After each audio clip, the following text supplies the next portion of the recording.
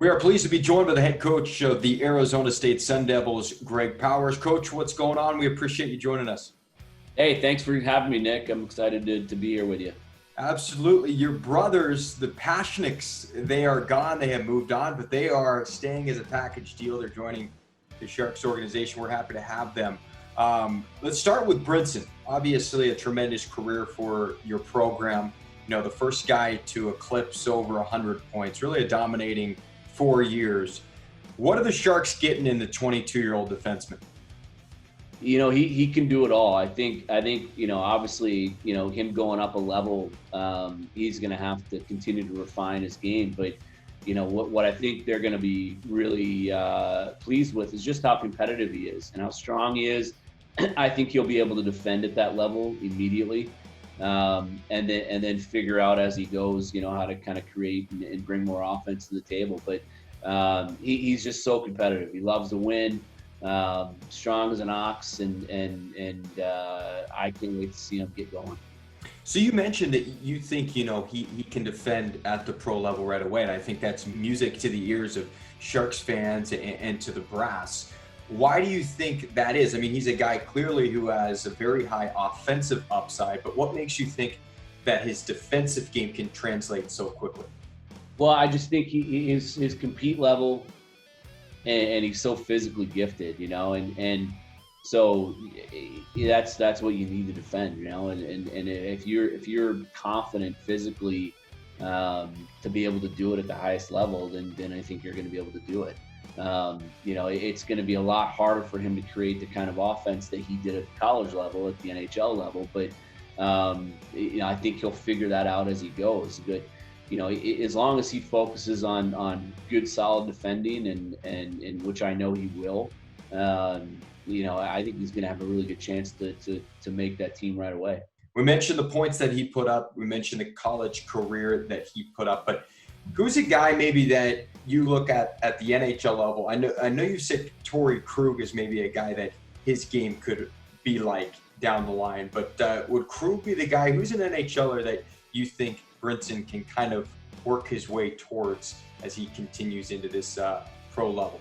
You know, he's the guy that from day one, I feel like Brinson could be a lot like, you know, he plays so hard, that guy, and he's just kind of layered on more success and more aspects to his game as his career's evolved. And I think that's exactly what Brinson's going to do. And you know, as long as his mindset is to defend and not give anything up and be responsible, so his coaches and his teammates trust him, and he layers on his game the right way from his net out, I think he's going to be a full-time NHL guy before very long at all. You know, because we all know he can score. He's gifted. He's got, you know, incredible instinct offensively.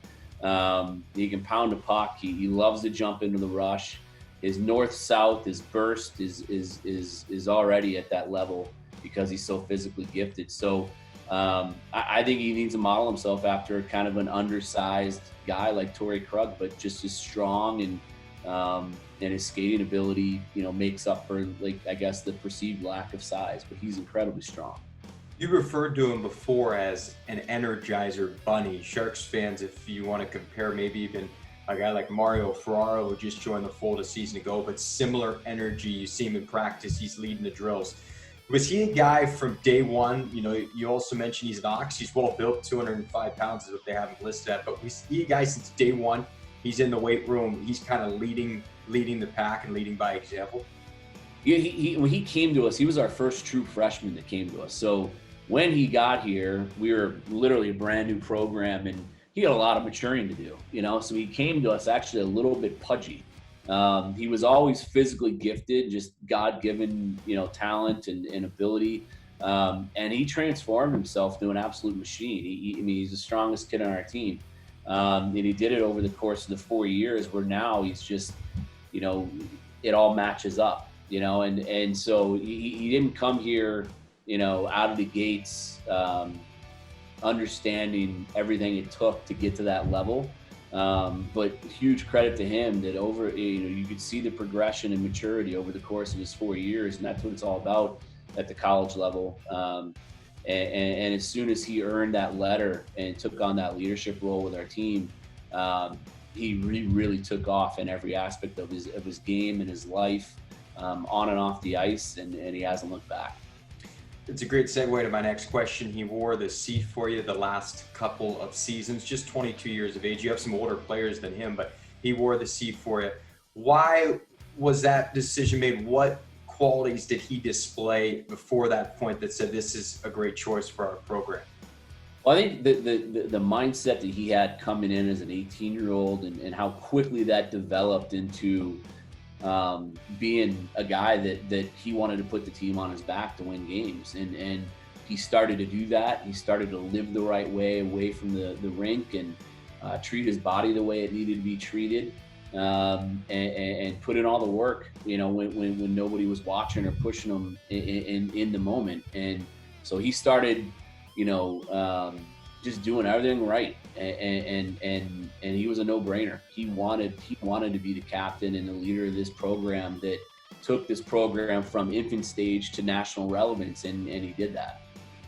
You said Brinson, when he first arrived, he was already an elite player. I read that in an article when he first signed.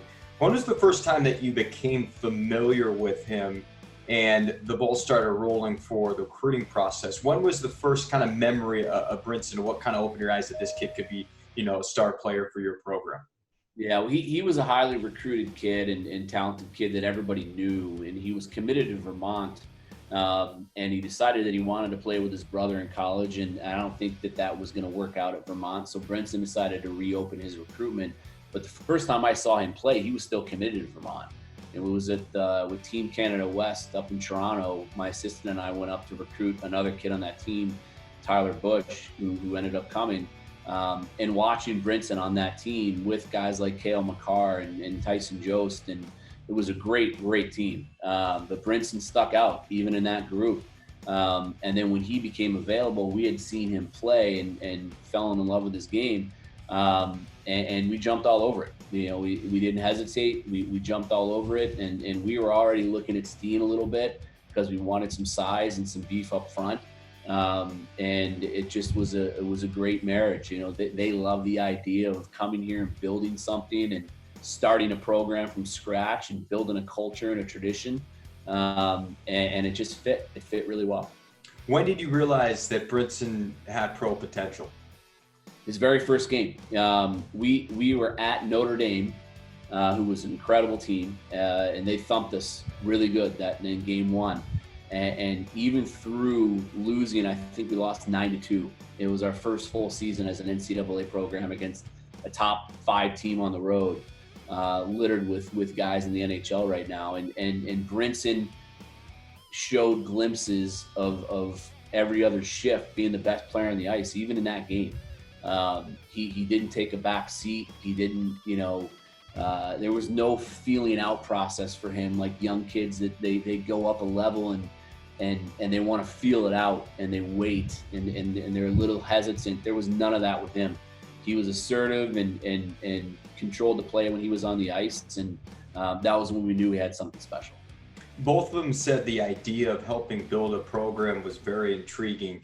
What was the sales pitch to these guys? In the infant stages, and even today, we want kids that want to be a part of what we're building. We want kids that understand the value and the once-in-a-lifetime opportunity it is to come to a school like Arizona State and build a hockey program. It's kind of an oxymoron to most people. And those two just instantly bought into the notion that they could come and make a difference. And they were really insightful and understood that those first 2 years were going to be hard.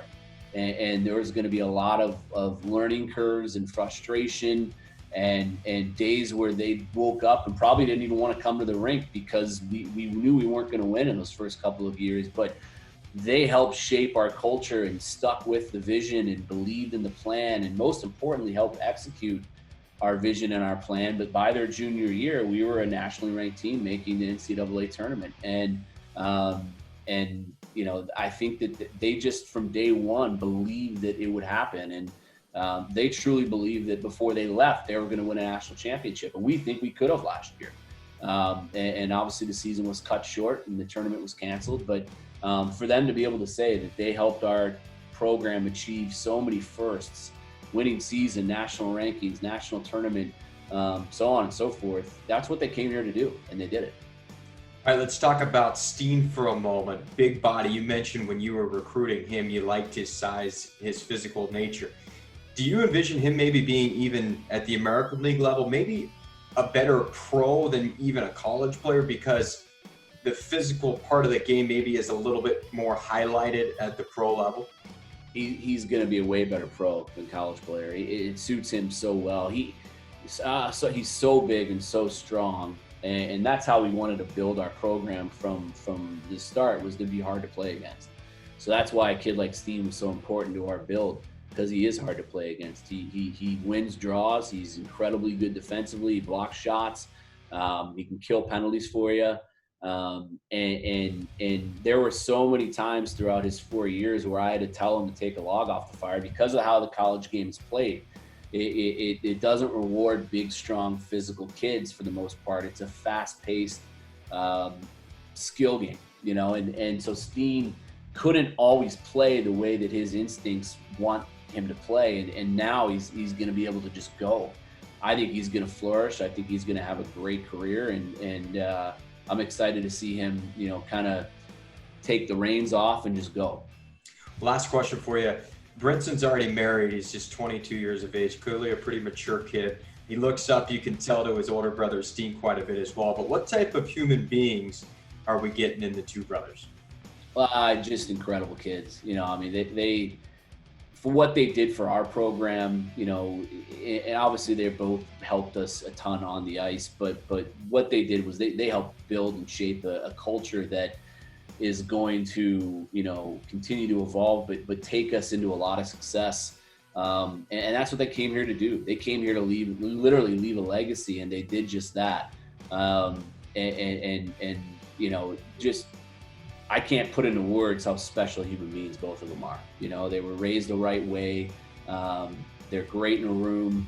So, you know, if they end up in the same room to start the year, they're gonna end up, you know, really helping any culture that they're in, at the pro level, any level. They're just too good of people. Well, Coach, we appreciate it. We're excited to have them. We can't thank you enough for doing this. And whenever the season starts, best of luck. We appreciate it. Appreciate it. Thanks, Nick.